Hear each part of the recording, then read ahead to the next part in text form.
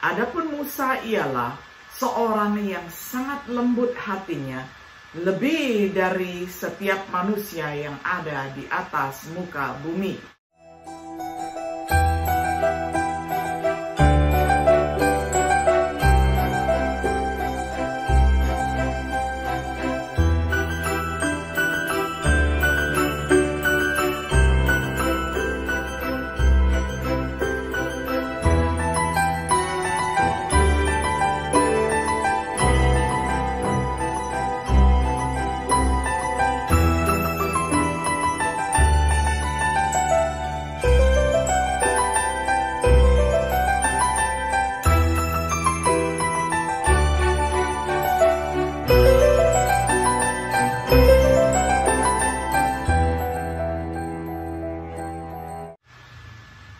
Shalom sahabat Biblika yang dikasih oleh Tuhan. Senang sekali hari ini kita dapat berjumpa kembali di dalam acara refleksi sahabat Biblika. Pada hari ini kita tiba pada episode yang ke-29 di dalam serial pembahasan kitab Galatia dengan tema Buah Roh bagian yang ketiga. Saya akan bacakan firman Tuhan untuk kita semuanya dari Galatia 5 ayat 22 hingga ayat yang ke-23. Saya akan bacakan untuk kita semuanya di dalam terjemahan sederhana Indonesia. Tetapi kalau hidup kita dipimpin Roh Kudus, hal itu pasti tampak lewat cara hidup kita yang saling mengasihi, bersukacita, damai, sabar dalam kesusahan, murah hati, suka menolong sesama, menepati janji, lemah lembut, dan bisa menguasai diri. Hukum Taurat pun tidak menentang semua hal itu. Sampai sedemikian jauh pembacaan firman Tuhan dari Galatia 5 ayat 22 hingga ayat yang ke-23. Sahabat Biblika yang dikasih oleh Tuhan, ini adalah studi ketiga dan terakhir kita tentang buah roh. Buah yang lahir oleh mereka yang berjalan dalam roh, yang dipimpin oleh roh. Berbeda dengan mereka yang menyerah pada nafsu duniawi mereka. Mereka akan menghasilkan perbuatan badani. Pelajaran pertama kita tentang buah roh berfokus pada 3 serangkai pertama dari kasih karunia. Kasih adalah niat baik yang aktif terhadap Tuhan dan manusia yang melampaui akal budi ataupun pengetahuan. Sukacita adalah kegembiraan, kesenangan yang tidak terlukiskan dan penuh kemuliaan. Kedamaian adalah harmoni, kerukunan yang melampaui pemahaman kita. Studi kita yang kedua adalah memeriksa kelompok kedua karunia, yakni kesabaran adalah pengendalian diri dalam menghadapi provokasi, kebaikan adalah manisnya temperamen yang membuat orang lain nyaman, lahir dari belas kasihan, kemudian kebaikan adalah kebajikan, kebaikan dalam tindakan, 3 serangkai ketiga termasuk kesetiaan, kelemah lembutan, dan pengendalian diri. Jadi kita mencatat bahwa yang pertama, buah roh adalah kesetiaan. Roh Kudus menghasilkan kesetiaan. Kesetiaan dalam bahasa Yunani adalah pistis yang sering digunakan dalam perjanjian baru untuk keyakinan atau kepercayaan sehubungan dengan Tuhan dan Kristus. Tetapi juga digunakan untuk menggambarkan kualitas kesetiaan, karakter orang yang bisa diandalkan, setia, dapat dipercaya, dapat diandalkan. William Barclay menyebutnya keutamaan keandalan. Kebajikan ini tidak terlalu umum dipahami, sementara banyak yang mengklaimnya.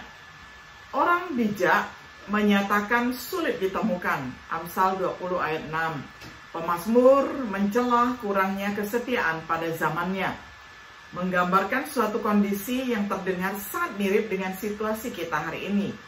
Coba baca di dalam Mazmur 12 ayat 1-2. Mereka yang dipimpin oleh roh akan menghasilkan buah kesetiaan dalam hidup mereka. Kesetiaan dalam hidup orang Kristen, kesetiaan sangat penting bagi mereka yang akan menerima mahkota kehidupan, Wahyu 2 ayat 10. Beberapa area di mana kita membutuhkan kesetiaan itu adalah penggunaan bakat kita ataupun talenta, yakni spiritual gift ataupun karunia rohani kita, yaitu kemampuan suatu peluang. Seperti yang dikatakan di dalam firman Tuhan, lalu tuannya menjawab, Bagus, kamu pegawai yang baik dan setia, karena dalam tanggung jawab yang kecil kamu bisa dipercaya, maka saya akan memberikan tanggung jawab yang besar kepadamu. Mari masuk ke pesta kedatanganku dan ikut bersukacita bersamaku. Matius 25 ayat 21. Tugas kita kepada gereja, misalnya sebagai seorang majelis atau diaken, adalah hendaklah kita semua berusaha mendorong satu sama lain untuk terus berbuat kasih dan melakukan hal-hal baik.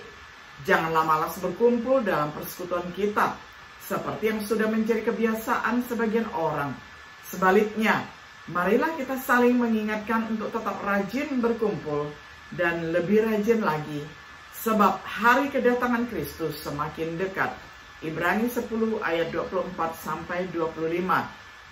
Tugas kita sebagai orang tua, ataupun sebagai pasangan, ataupun tugas orang tua terhadap anak, sebagaimana dikatakan di dalam Efesus 6 ayat 4, dan jika kamu adalah ayah, janganlah membuat anak-anakmu sakit hati, tetapi besarkanlah mereka dengan didikan dan nasihat yang sesuai dengan ajaran Tuhan. Mereka yang setia akan diberkati Tuhan. Aku menyangka dalam kebingunganku, aku telah terbuang dari hadapan matamu, tetapi sesungguhnya engkau mendengarkan suara permohonanku ketika aku berteriak kepadamu minta tolong. Mazmur 31 ayat 23. Apakah kita menyatakan bahwa kita berjalan oleh Roh dalam hal kesetiaan? Yang kedua, buah roh adalah kelemah lembutan. Roh Kudus menghasilkan kelemah lembutan. Bahasa Yunaninya adalah protes, artinya kelembutan. Implikasi kerendahan hati adalah lemah lembut, kemampuan untuk menanggung celaan dan penghinaan dengan moderat, dan tidak memulai balas dendam dengan cepat, dan tidak mudah terpancing kemarahan, tetapi untuk bebas dari kepahitan dan pertengkaran, memiliki ketenangan dan stabilitas dalam jiwa. Kelemah lembutan adalah kualitas bajik yang dengannya kita memperlakukan semua orang dengan kesopanan yang sempurna, bahwa kita dapat menegur tanpa dendam, bahwa kita dapat berdebat tanpa intoleransi, bahwa kita dapat menghadapi kebenaran tanpa dendam, bahwa kita dapat marah dan tidak berbuat dosa, agar kita tidak lemah lembut namun tidak lemah, agar kita bisa lemah lembut namun tidak lemah. Suatu kebajikan yang ditunjukkan oleh Musa. Adapun Musa ialah seorang yang sangat lembut hatinya, lebih dari setiap manusia yang ada di atas muka bumi. Bilangan 12 ayat 3. Demikianlah juga Tuhan Yesus menyatakan, datanglah kepadaku kamu semua yang lelah menanggung berbagai kesusahan berat. Aku akan menolongmu dan membuatmu lega. Tunduk dan bergantunglah padaku. Belajarlah dariku, karena aku rendah hati dan akan memimpinmu dengan lemah lembut. Maka kamu pun akan merasa lega. Karena bila kamu tunduk dan bergantung padaku, bebanmu yang berat menjadi ringan, dan beban yang aku berikan pun ringan. Matius 11 ayat 28-30. Mereka yang dipimpin oleh Roh akan menghasilkan buah kelemah lembutan dalam hidup mereka. Kebutuhan dalam kehidupan orang Kristen, kita harus menerima firman Tuhan dengan lemah lembut ataupun protes.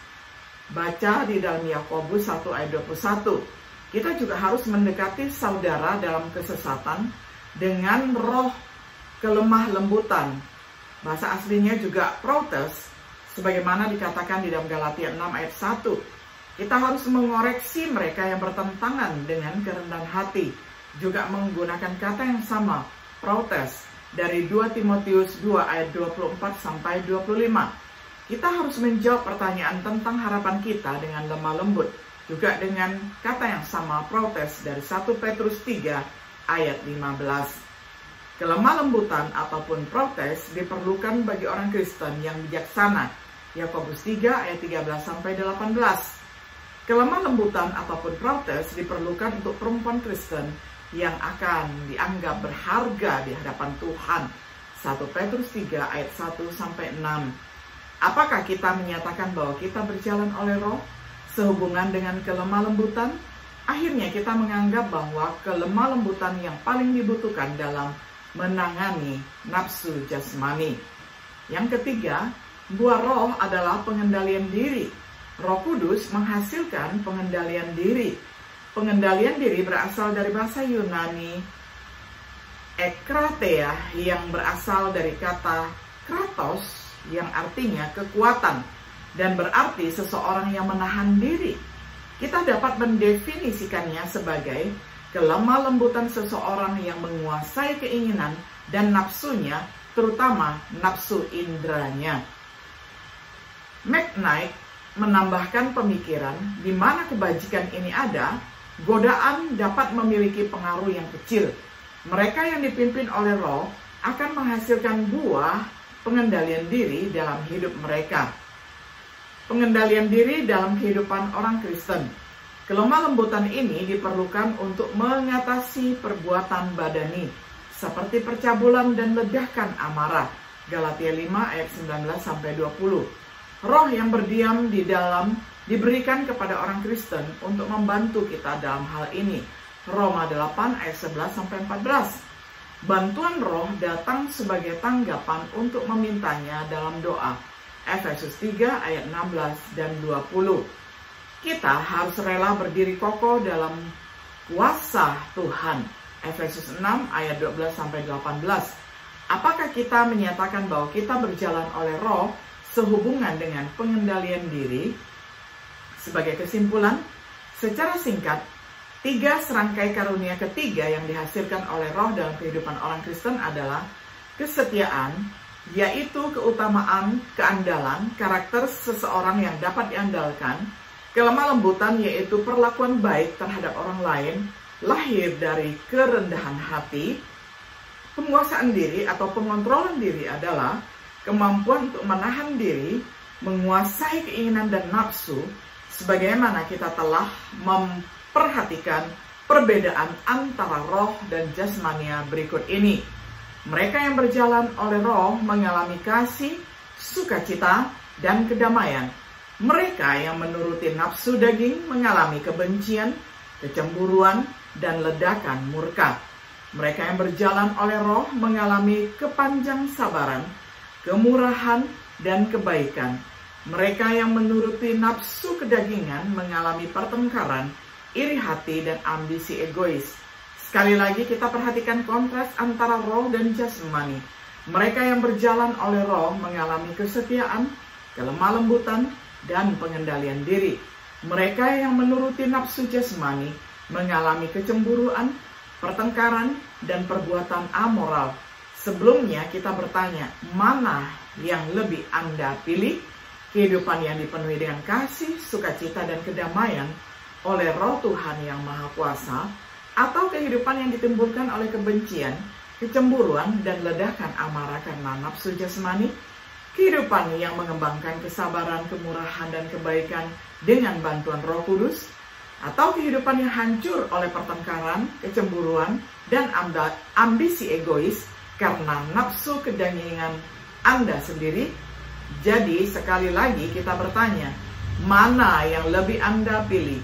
Kehidupan yang memancarkan kesetiaan, kelembutan, dan pengendalian diri dengan bantuan roh, atau hidup yang habis oleh kecemburuan, pertengkaran, dan imoralitas karena nafsu jasmani Anda sendiri?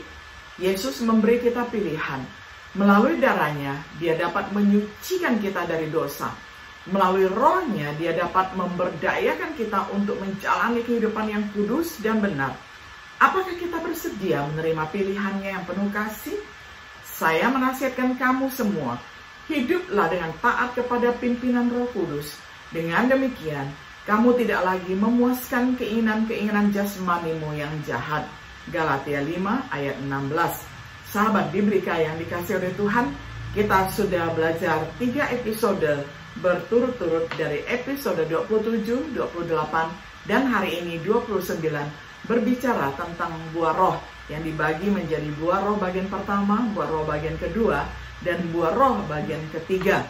Marilah sahabatku yang dikasih oleh Tuhan, kita hidup di dalam pimpinan Allah Roh Kudus, sehingga kita boleh memproduksi buah roh di dalam kehidupan kita yang memperkenankan Tuhan. Kiranya Tuhan Yesus senantiasa menyertai dan memberkati kita. Shalom.